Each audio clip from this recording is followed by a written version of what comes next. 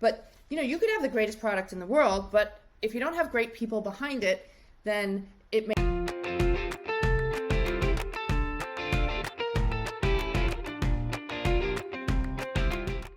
Hi, everyone. It's Kara Goldin from The Kara Goldin Show, and I'm so excited for my next guest. I have been following her for years and admired what she has built and what she has done. We have Stacy Madison here, and she is, for me, I knew her as the founder and the creator of Stacy's Pita chips, which I'm sure you have along the way eaten, and so, so wonderful.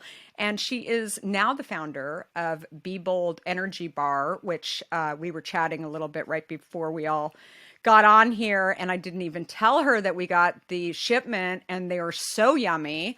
And we're going to talk more about that. And she's just had this amazing entrepreneurial journey and successfully sold Stacy's to Pepsi under the Frito brand a few years back. And she also has a new cookbook coming out, I understand, too. And we'll talk a little bit more about that. But Stacy, such a pleasure to have you on the show. Thanks for coming on.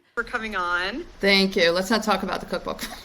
Well, we will not talk about that. Okay. But let's talk about Stacy and how I just want to know, as I said, I'm such a huge admirer of you and all that you've accomplished. So talk to me about sort of, where did this all start? Where did Stacy grow up? Where did all this begin? Yeah, so a good Trivial Pursuit question with where I was born, of all places. I was born in Fayetteville, Arkansas, but my family, I was in New York and upstate New York until I was a teenager, and then moved to Massachusetts, where I went to high school and then to UMass for college. Then I went back out to California and went for my master's out there, and then kind of bounced around a bit before I ended up back here. That's awesome. And did you always know that you wanted to be an entrepreneur? I did not. No. At first, well, I mean, I went to school for clinical social work. My dad was a psychologist, and I thought I would be a psychologist. And he encouraged me to be. This is just so sexist. He loved me so much. He wanted me to be successful, but it really was. He's a product of the '50s, or was, before he passed away. But he thought that a social worker was more of a job for a woman than to become a doctor of psychology. So he said that way you can have a nice career on the side and have kids and stuff. So that's hysterical. That is hysterical. And so that's the path I was following, because I don't know, it was easy. But obviously I changed. Doing that? Sorry. Yeah, obviously I changed. I did start off doing that, and I was working in one of my dad's offices, and eventually I ended up leaving. It was, I was in clinical private practice, and I found it very isolating. I was working when other people weren't working, and vice versa, and I'd go to my office by myself. I'd unlock the door. I'd lock the door at the end of the night, and I really had no other contact. And then when I did have a job that I loved in this group home, it paid like $23,000. so eventually I just kind of gave up the whole profession. Interesting. I had always been in the restaurant business, either cocktailing or waitressing, and I have to say, you can always go back to that. No matter where you are in the country, in the world, you can really, it's a skill that you can always use. And that's what I used in college. And that's what I ended up going back to, before I figured out what it was. I love that. Well, you'll love to hear, actually, in my book, I talk about that I ended up moving to New York after my waitressing job in Scottsdale, Arizona, where I grew up, and had met a customer there who, basically got me thinking about, like, what do you have to lose? And you should just go out and just go try an interview at a bunch of places. And that's exactly what I did. And so it was at the Teepee Mexican restaurant that is still one of my favorite restaurants. And I laugh about it because I have always believed that I could always go back if things at Hint didn't work out, or some of my other ventures along the way. I'm sure they'll still take you. Yeah, I could still waitress. And, my kids laugh because I can hold a lot of hot plates on my arm. And, and sometimes just for my stupid human tricks, I'll even show that. And I think everybody should work in the restaurant industry doing, whether it's bartending or waitressing along the way. You learn a ton. You learn a ton, and it's so good for people skills, and it really opens up so many doors all over the world. At one point after college, I was going to Europe with a friend of mine, and she ended up bailing. And so I moved to London and got a job at the Texas Lone Star Cafe, where they like to hire Americans because to give the Europeans a feel. And my friend ended up bailing, so I went by myself and I said, "Look, I got an apartment. I'm either going to get an apartment and a job, and I had a one-way ticket, so I had enough money to last me, a couple of weeks." So I was either going to go and get the job in the apartment, or I had enough money for a ticket to go home. That's hysterical. So it was either going to be a vacation or a move, and I didn't quite know. So, I ended up staying there and then traveling around for a bit. So, after school, I had a trip planned to Europe with a friend of mine after college, and she ended up not being able to go. So I went by myself, and I had a one-way ticket. Either I was going to come back home, or I had enough money to either come back home or find a job and an apartment. And I ended up finding a job at the Texas Lone Star Cafe, and they, in London, and they like to hire Americans. So I ended up staying and traveling around and meeting people there. Oh, that's hysterical. I love it. Yeah, it was a wonderful experience. And it's also where I started. I've traveled like so many places around the world, and that's really where my first passion for travel. I love it. Started. I love it. So let's get into the Pita side of your life. So how did that all begin?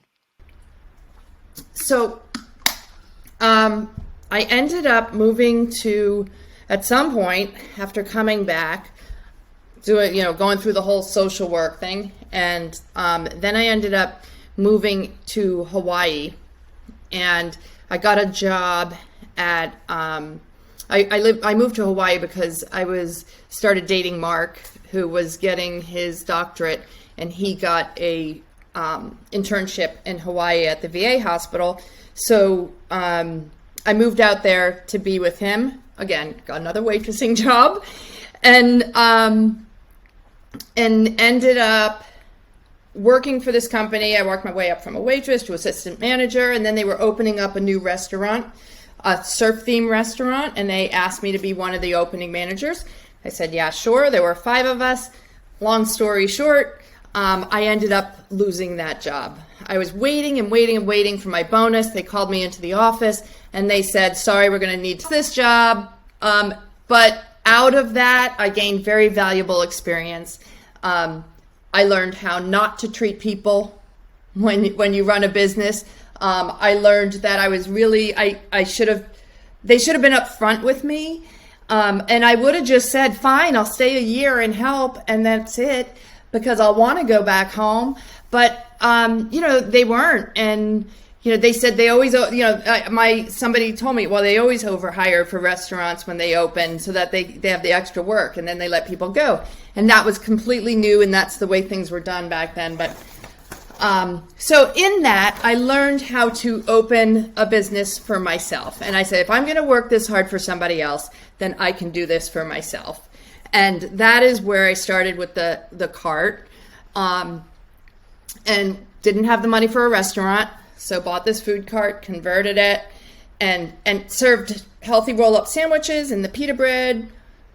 Cut the pita bread at the end of the day and baked it into different flavor chips, handed them away for free to people standing in line, and people loved them. And it was really hard to get the finances and everything to open up a place, so ended up going in the direction of the pita chips. That was the quickest I've ever told it. I love it. And so how long were you doing this cart before you turned it into into actual stores. 2 years. And how did you, and people were just asking you for it? Well, you know what? It was, at some point, the goal was not to set out and be on a food cart. The food cart was really a stepping stone to either get an indoor location or something else. So at one point we were, the cart was doing really well, and I was looking for indoor locations. They said you can stand in line behind Oban Pan and Dunkin' Donuts and everybody else who wants a tiny little spot in the financial district of downtown Boston. And so it didn't look. I tried to work out a deal to do Stacy's at Macy's. I mean, everything. I tried every avenue, but eventually just decided, you know what? In all of this time, we started doing the design and the packaging and everything needed to launch the Pita chip company, and figured, we could get bigger, faster without that same capital investment, which isn't necessarily sure we learned, but it was a good start, and that's how the Pita. So where was your, how did you think about it then? How did you decide? You went and had to get a co-packer, right, for your chips, and we built our own. Wow, I mean, that's amazing. And how did you know how to do that? We tried to get a co-packer, and there was no such thing. There's nobody made pita chips yet. Yeah, that is so wild. So we went and we basically were self-taught. We learned it. We went and we toured other facilities. We met with different machine people and equipment manufacturers, and we said, this is what we want to do. And we tried different things. We had a lot of failures before we got, we're two psychologists and a social worker trying to build this business and trying to figure out, nobody has a background in manufacturing or, in food, new product development or anything like that. So, it was a huge learning curve, but yeah, hey, we're good persons and you were and email people and just try and figure it out. So how did you find? We're that determination. Yeah. And that drive, having two doctorates and a master's, right? As far as did anybody doubt what you were doing? It's a complete and total career change for all of us, and everybody doubted us. It was hard, even family was like, yeah, they're trying to be supportive, and, you're standing on a food cart. And it's kind of like nobody was really doing cartwheels. And so for us, if, failure wasn't an option, and if this whole thing goes south, then, we were all going to join the idiot parade and be the leaders right up front, because we just, that's just where we were. So we just kept researching and networking and until we figured out how to do each and everything, whether it was packaging or sourcing or, pricing, so we ended up building Willy Wonka and the Chocolate Factory. I love it. It's funny. Gary Vaynerchuk always talks about the successful founders have to have the vision, but also have to be willing to get in the dirt. And I think that, I totally relate to that, right? Even to this day, you have to be willing to roll up your sleeves and go figure it out. And you talked about being, not allowing things to really daunt you in the process, that you just have to go figure it out. And wow. I think that that's clearly what you're describing. So how long we used to say you have to be willing to jump the dumpster, because you could really save money if you get on top of the garbage and you jump on it really hard and you pack it down. You can fit twice as much in there. Yeah. No. So we're like, you got to be willing. Yeah. No, I love that. That's hysterical. So what was your first store? The first store, well, we started with a whole bunch of gourmet food stores. But our first natural food store was Bread and Circus, which is now Whole Foods. And the part of the growth of the whole natural food industry. When we first started out, I mean, we just made the and didn't know there was a whole channel. That's interesting. And so did you raise money along the way too? If using your credit cards and borrowing from friends and family counts, then sure. But no, we never took on any private funds. We were just 100% on the whole thing. And how did you? We didn't have time. And how did you decide to sell then? Like how did that come about? We never intended to sell. And when you speak at business schools and all of this with no business backgrounds, the exit strategy comes up all the time. And we definitely did not have an exit strategy. We just wanted to build a company doing what we love to do each and every day. And that was it. But as far as selling, when we were approached by one global company and they took an interest in us, and then within a couple of months another one, that's when we decided we should get a team together and maybe consider it. I had 2-year-olds, what it is, the whole building a business and being a mom, and that's a whole podcast in itself. Yeah, no, absolutely. And then and did you stay with, once they acquired the company, did you stay with Pepsi/Frito? And then I tried. It's hard. I tried. You know what? And I wasn't sure if I did more harm than good. And so I was going to stay for 5 years, and we ended up just ending my contract, and I stayed just for 1 year. But the reality is that I still do stuff for Stacy's, the Stacy's Rise program, and because it's part of me. And, people think that you're not part of the brand, but, you're always part of the brand. It will always be a part of you. So whenever they do anything, all I want is the best, and I want to see the brand grow and grow and grow, even whether it's. I love it. That's so great. And so talk to me about the Stacy's Rise program too. You mentioned that. Yeah. So Stacy's is doing a program now, and they're supporting female entrepreneurs.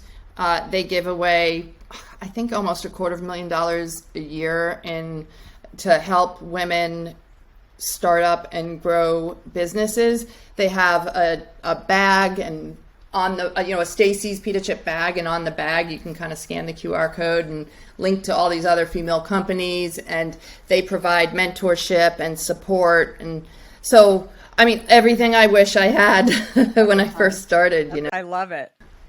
So that's why whatever I can do, it's. That's so great. And so I talked earlier about your newest venture, BeBOLD. How did that come about? So BeBOLD Bars was started, people are like, well, why would you possibly do this again? So at first, after selling the company and doing some traveling and, trying some private equity stuff and all that, so it just didn't fit. But I opened a juice bar so I could eat healthy and have stuff in my neighborhood. My kids could see me work. And one of the things that I sold at the juice bar was BeBOLD bars. They weren't called that at the time, but we made these energy bars. And so it was an item that I sold that grew organically, right? Just like the pita chips. It was not something that was created with an intention to sell, it just was something that organically was a great product, and we were sampling it, and we were selling lots of them, and we said, we were selling them out of the refrigerated section, and it's like, if we could sell this many bars out of our little juice bar in Needham, Massachusetts, then just do the calculator game, multiply it out, and say, well, if we can do it, then they can do it, and they can do it, and And so that kind of put us in a position where we felt like we should put together a team and figure out how to make them on a larger scale. And they're refrigerated. Just like Hint, you know what I mean? Just like Hint, sometimes when you launch a business, it's not like, oh, I have an idea. Well, let's just do this. Yeah. You saw a need, and you were like, we're just going to plug. Well, it's funny. I was describing this on an interview the other day that I think being an entrepreneur and really being a successful entrepreneur is about liking puzzles. And the difference is that there's no end to the puzzle. And oftentimes people don't actually give you the picture, and they take puzzle pieces away and you don't even know they're gone. And then suddenly, right, then they throw a bunch on the table and then you're like, wait, I didn't know I had more pieces. And then all of a sudden it just keeps going. So if you ever want an end and Yeah, don't be an entrepreneur, because it will frustrate the heck out of you. And it's and you even talked about when you sell your company. I mean, this, right? It's definitely, yeah, it's like all these business students are like, well, what was your exit strategy? I'm like, exit strategy? Like, yeah, absolutely. Well, it's interesting. My book that you and I were talking about earlier, I spoke at a business school a couple of months ago, and they're actually reformatting their entrepreneurship class based on my book, because they decided that after talking to other entrepreneurs and then speaking to me and reading the book, they said, this is not exactly, the story of entrepreneurism. Really, it is about having a purpose, having an idea to solve a problem, and then rolling up your sleeves and just going and doing, and having failures, having challenges, and then paying close attention, being curious, and then continuing on from that. And so anyway, I think there's definitely a lot of, the main reason why I even do this podcast too, and I've really focused on founders and CEOs, because it's I think that there's these stories that need to be told. It's not as black and white as you're a unicorn or you're a failure. There's stuff that happens in between, that I love telling those stories. And it's funny because even when I was looking at companies in the private equity world, right, for investments and things, it's kind of like you learn that there are great, but it takes more than that, right? And then there are great people, so it's great people, great products, but you could have the greatest product in the world, but if you don't have great people behind it, then it may not go anywhere. And you can have some great people, but if they don't have a good product, then that could also fail. It's just, there's so many little pieces, like you said, to the puzzle that can just cause. And that's where and I think it's a matter too. I mean, it just has me thinking about even when you were looking at finding, a co-packer, you didn't stop when you heard, nobody does pita chips like this. You instead built it. Right? You just figured it out. You didn't know if it was going to work. There were probably problems along the way, that happened, but you learned. And now I go back and look at some of those moments and just start laughing. And you're really going to enjoy my book and some of the stories, because you're probably going to be like, oh my God, this is crazy. Crazy. I remember we really took, we wanted to get a consultant in, and we weren't real believers in it, but we scraped up $2,500 and flew up a consultant, of all places, from Frito-Lay, right? A retired Frito-Lay exec who came in, saw what we were doing, and said, these are delicious. And if you want to be a mom and pop shop, you're going to be just fine. But if you ever want to mass produce, forget it. You'll never be able to mass produce it and have it taste this good. And then we were like, we were just, oh, seriously? And then we're like, but why can't, if we can do it for, this much, well, why can't we just do exactly what we're doing this many times? Yeah. And if we had to set up like 25 tiny little ovens and get lots and lots of people, then why can't we just do that? And eventually, that's not how we ended up growing it. We did end up engineering and figuring it out, but you have to just not, we could. Yeah, but you were willing to just go and figure it out and be scrappy about it. And I love it. I absolutely love it. So what do you think what would you say is your biggest takeaway in building a business? either one of these businesses. I mean, and they're different, right, in some ways. And I'm sure you brought in a lot of learnings from your first business and things you'll do differently. Yeah, and people. And people, right, along the way. I think for me that the biggest learning was that I felt like I was constantly saying along the way, if I only had, the right experience. Like I was looking at myself saying, I just don't know how to do that. But then I would go and try and do these things along the way. And, I thought that somebody with big soda experience would come in and be able to just snap their fingers and get the stuff done. And what I realized was that was not actually what was going to scale the business. That was going to be and actually go out and do what I needed to get done, because innovation is not really what happens in these large companies. And somebody with 20 years experience in these companies doesn't necessarily know how to do what I needed to get done. So I'd be Exactly. curious. That startup phase is completely, totally Yep. different Yep. than And than so the, would you think that was one of your lessons as well?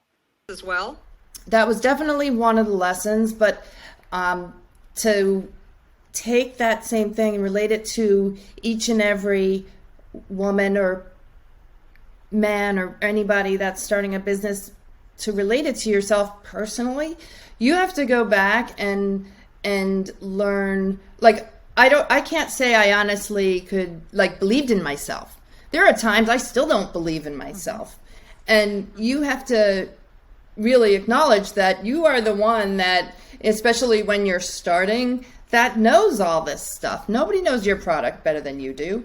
And you have to really believe in what you're doing, move forward. Yeah. And I learned a lot about myself. Like now, as after even turning 50, I was like, I started to realize, wow, you know what?